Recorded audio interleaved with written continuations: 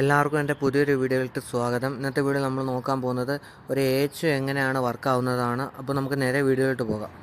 H അല്ലെങ്കിൽ air handling unit, സ്ക്രീനിൽ നിങ്ങൾക്ക് ഇതിൻ്റെ ഇമേജ് കാണാൻ സാധിക്കും. ഇതിൽ എയർ ഇൻ ആവുന്ന രണ്ട് പോർഷനും അതുപോലെ തന്നെ എയർ ഔട്ട് ചെയ്യുന്ന ഒരു പോർഷനാണ് ഉള്ളത്. എച്ച് എങ്ങനെയാണ് വർക്ക് ചെയ്യുന്നത് നമുക്ക് നോക്കാം.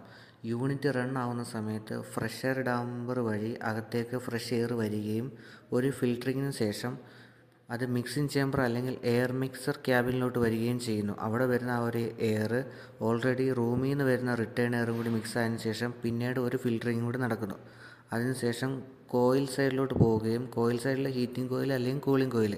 ഹീറ്റിംഗ് കോയിൽ കൂടുതലായിട്ടും യൂസ് ചെയ്യുന്നത് യൂറോപ്യൻ കൺട്രികളിലായിരിക്കും. നമ്മൾ നാട്ടിലൊക്കെ കൂടുതലായിട്ടും കൂളിംഗ് കോയിലാണ് യൂസ് ചെയ്യുന്നത്. ഈ കൂളിംഗ് കോയിലൂടെ കടന്നു വരുന്ന ആ ഒരു എയറിൻ്റെ ടെമ്പറേച്ചർ ഡൗൺ ആകുകയും ബ്ലോവറിൻ്റെ സഹായത്തോടു കൂടി ഈ ടെമ്പറേച്ചർ ഡൗൺ ആയ ചിൽഡ് എയറിനെ നമ്മൾ ഏത് ഏരിയയിലോട്ടാണോ ഡിസൈൻ ചെയ്തിരിക്കുന്നത് സപ്ലൈ ഡക്റ്റ് വഴി പോകാൻ, ആ ഒരു ഏരിയയിലോട്ട് ഈ ചിൽഡ് എയറിനെ സപ്ലൈ ചെയ്യുകയും ചെയ്യുന്നു. ഒരു എയർ ഹാൻഡ്ലിംഗ് യൂണിറ്റ് കൂടുതലായിട്ടും യൂസ് ചെയ്യുന്നത് വളരെ വലിയൊരു ഷോപ്പിൽ അല്ലെങ്കിൽ വളരെ വലിയ ലാർജ് സൈസുള്ള ഒരു ഹാളിലെ എയറിനെയൊക്കെ തണുപ്പിക്കുന്നതിന് വേണ്ടിയാണ് കൂടുതലായിട്ടും എയർ ഹാൻഡ്ലിംഗ് യൂണിറ്റ് യൂസ് ചെയ്യുന്നത്.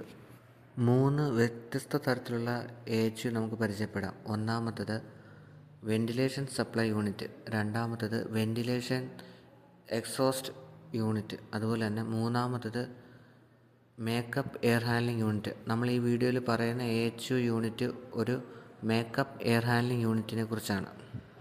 എയർ ഹാൻഡ്ലിംഗ് യൂണിറ്റിൻ്റെ വർക്കിംഗ് പ്രോസസ്സ് വളരെ സിമ്പിളായിട്ട് തന്നെ പറഞ്ഞു തരുന്നൊരു വീഡിയോ ആയിരുന്നു ഇത്. വീഡിയോ എല്ലാവർക്കും ഉപകാരപ്രദമെന്ന് വിചാരിക്കുന്നു. വീഡിയോ ഇഷ്ടപ്പെട്ട ചാനൽ സബ്സ്ക്രൈബ് ചെയ്യുക, വീഡിയോ ഒന്ന് ലൈക്ക് ചെയ്യുക.